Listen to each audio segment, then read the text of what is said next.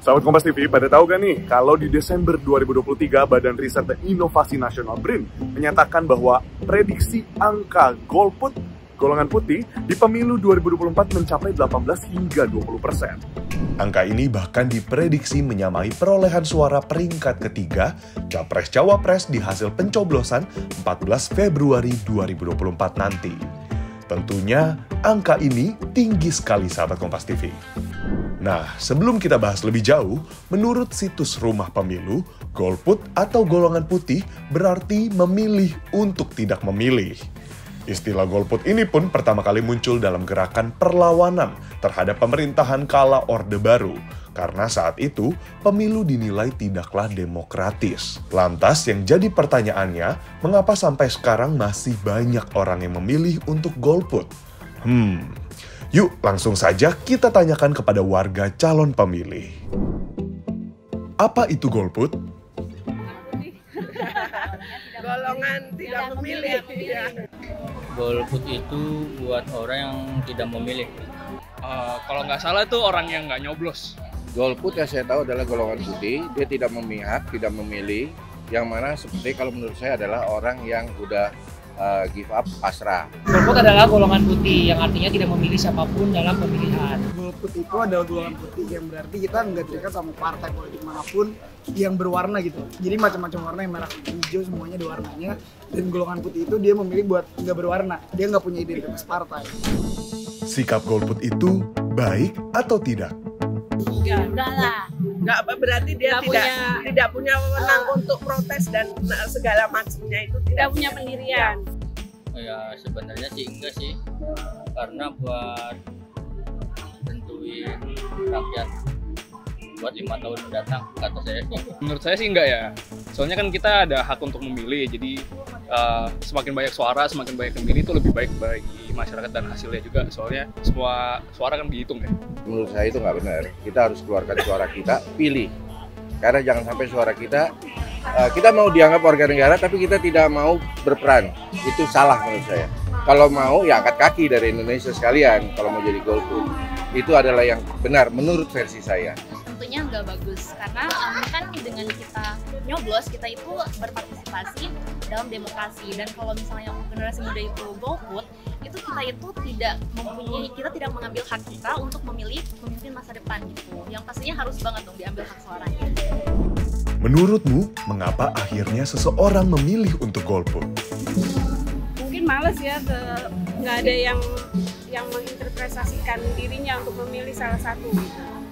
Bisa jadi dia tinggal di satu tempat, kemudian dia tidak mau mengurus berkas-berkas, itu juga salah satunya. Mungkin dia merasa kurang diperhatikan katanya Pak. Jadi dia malas mungkin hidupnya gini-gini aja, percuma milih gitu. Mungkin karena kurang pengetahuan tentang situasi sekarang, situasi negara sekarang, jadi mereka belum memiliki pemikiran kayak, oh saya mau milih siapa nih gitu. Mungkin karena mereka bingung. Antara dulu pernah berpikir berkiblat memilih si A atau si B, bahkan sekarang ada A, B, C gitu ya, yang mana punya peran dan kepentingan dan punya sejarah track recordnya masing-masing. Apa mereka milih untuk golput? Mungkin mereka nggak seret nih. Karena kan pemilihan itu kan kita nggak milih pilpres doang, tapi kita milih calon wakil rakyat yang mewakili suara kita. Dan mereka yang golput mungkin merasa bahwa suara mereka nggak bisa tersampaikan, nggak berhasil tersampaikan, dan nggak ada yang bisa mewakilkan mereka gitu loh untuk naik ke atas. Menghitung hari menuju pemilu serentak 2024, ada pesan untuk sesama pemilih? Ya jangan buang kesempatan ini, karena ini saatnya kalian memilih yang kalian inginkan. Kalian inginkan mau yang seperti apa pemimpin, kalian harus tentukan hari ini, bulan ini, dan tahun ini. Jangan golput dong. Bisa hilang nanti suara kita kalau nggak memilih. Nanti disalahgunakan. Ya mungkin kata saya sih untuk menentukan itu aja, pemimpin untuk 5 tahun mendatang gitu aja Pak. Pesannya jangan golput aja gitu. Kan katanya fatwanya kalau golput haram. Katanya ini kata NUI. Ya jangan golput, ikut baca-baca berita, lihat debat-debat tuh yang baru aja. Jadi bisa ngasih ngasih penelitian sendiri, bisa kasih judgement sendiri. Nah itu nanti kan bisa ngebantu negara juga, ngebantu masyarakat juga. Hasilnya kan nanti pasti lebih baik dari sekarang. Kalau menurut saya, kita tetap harus bersuara lah, memilih lah gitu loh. Jangan sampai suara kita hilang begitu saja, dan kita mau dianggap warga negara tapi tidak mau bertanggung jawab terhadap pilihan suara kita. Itu aja.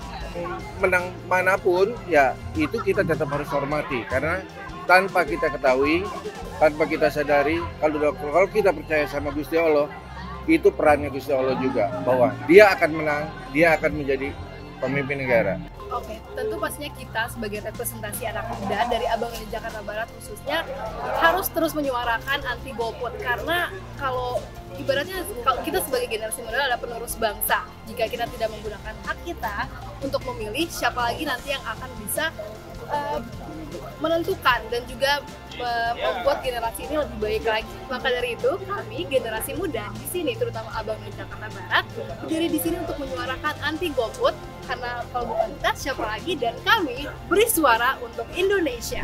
Wah, ternyata warga sudah paham dengan sikap golput, dan dari wawancara acak yang Kompas TV lakukan barusan, kita bersama mendengar ajakan untuk tidak golput. Tadi kita juga dengar soal fatwa Majelis Ulama Indonesia (MUI) tentang larangan golput.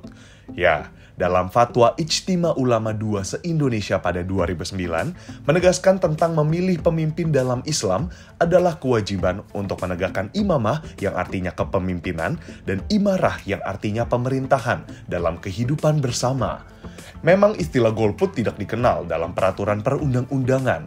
Akan tetapi UU Pemilu pasal 515 menyinggung soal sikap golput, di mana disebut setiap orang yang dengan sengaja pada saat pemungutan suara menjanjikan atau memberikan uang atau materi lainnya kepada pemilih supaya tidak menggunakan hak pilihnya atau memilih peserta pemilu tertentu atau menggunakan hak pilihnya dengan cara tertentu sehingga surat suaranya tidak sah, dipidana dengan pidana penjara paling lama 3 tahun dan denda paling banyak 36 juta rupiah. Sahabat Kompas TV, melihat fakta-fakta tadi yang sudah saya sebutkan, apa pandangan sahabat Kompas TV semua soal golput? Coba bagikan dan diskusi secara bijak di kolom komentar. Saya tunggu ya. Sampai jumpa sahabat Kompas TV.